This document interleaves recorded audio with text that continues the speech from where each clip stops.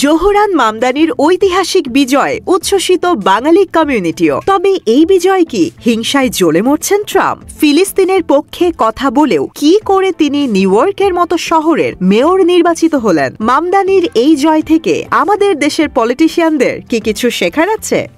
Zohran Mamdani তো ইতিহাসের সমস্ত হিসেব নিকেশ পাল্টে দিয়ে নিউ ইয়র্কের প্রথম মুসলিম মেয়র হয়ে গেলেন। শুরুতে কিন্তু তার এতটা জনপ্রিয়তা ছিল না, এমনকি বিভিন্ন প্রেডিকশন ভোটে ধারণা হয়েছিল মামদানি হয়তো 1% ভোট পাবেন, মানে তাকে দূর দূর পর্যন্ত কেউ গোনাই ধরেনি। সেখান থেকে তিনি জিতলেন এত বড় ইলেকশন।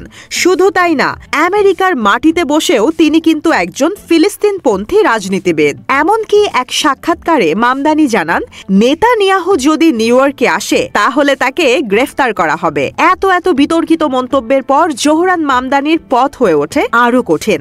যেমনটা হওয়ারই কথা ছিল, তার বিরুদ্ধে চালানো হয় অসংখ্য রাজনৈতিক ক্যাম্পেইন। এত কিছুর পরও তিনি জয় করে নিলেন নিউ ইয়র্ক সিটির সাধারণ মানুষের মন। বিষয়টা খুবই সোজা। জোহরান মামদানি আসলে গণমানুষের রাজনীতি করতে চেয়েছেন। তিনি বড় বড় কথা না বলে নিউ ইয়র্ক সিটির আসল সমস্যাগুলো নিয়ে কাজ করতে চেয়েছেন, যেমন নিত্য প্রয়োজনীয় দ্রব্যাদির দাম নিয়ন্ত্রণ, পরিবহন খরচ কমানো, বাসস্থান সমস্যা ঠিক করা ইত্যাদি। নিউ ইয়র্কবাসী যা দৈনন্দিন জীবনে ফেস করত সেসব কথাই যেন উঠে আসে মামদানির কথায়। তিনি এক নতুন ধারার রাজনীতি করতে চান। ইমিগ্রেন্টদের বিভিন্ন সমস্যাও তিনি দেখেন গুরুত্বের সাথে। জোহরান মামদানি নিজেও একজন ইমিগ্রান্ট, একজন ভারতীয় বংশোদ্ভূত মুসলিম। তিনি এই প্রতিটি পরিচয় অত্যন্ত গর্বের সাথে রিপ্রেজেন্ট করেছেন। নিউ ইয়র্কে প্রতিটি ইমিগ্রান্ট কমিউনিটিতে গিয়ে প্রচারণা চালিয়েছেন তাদের নিজস্ব ভাষায়। তার কমেডি মোড়ানো সিরিয়াস কথাবার্তা দ্রুত জনপ্রিয় হয়ে উঠতে থাকে, আর এই জনপ্রিয়তায় কনভার্ট হয় জয়।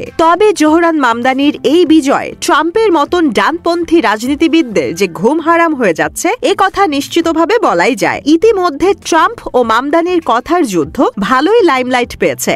দেখা যাক জোহরান মামদানির এই বিজয় কি নতুন পরিবর্তন নিয়ে আসে, আর আমেরিকান রাজনীতির হাওয়া কেমন করে বদলায় সেটা এখন কেবল সময়ের অপেক্ষা। তবে একটা কথা বলতেই হয়, মামদানির এই বিজয় থেকে আমাদের দেশের রাজনীতিবিদদের সত্যিই কিছু শেখার আছে। কাউকে ছোট না করেও নিজে বড় হওয়া যায়, কথার জন্য পথে নামা যায়, বুলি বা গুলির জোরে নয়, সৎ উদ্দেশ্য নিয়ে যারা জনগণকে জেতাতে চায়। দিন শেষে আসলে জনগণও তাদেরই জিতিয়ে দেয়, তাই না?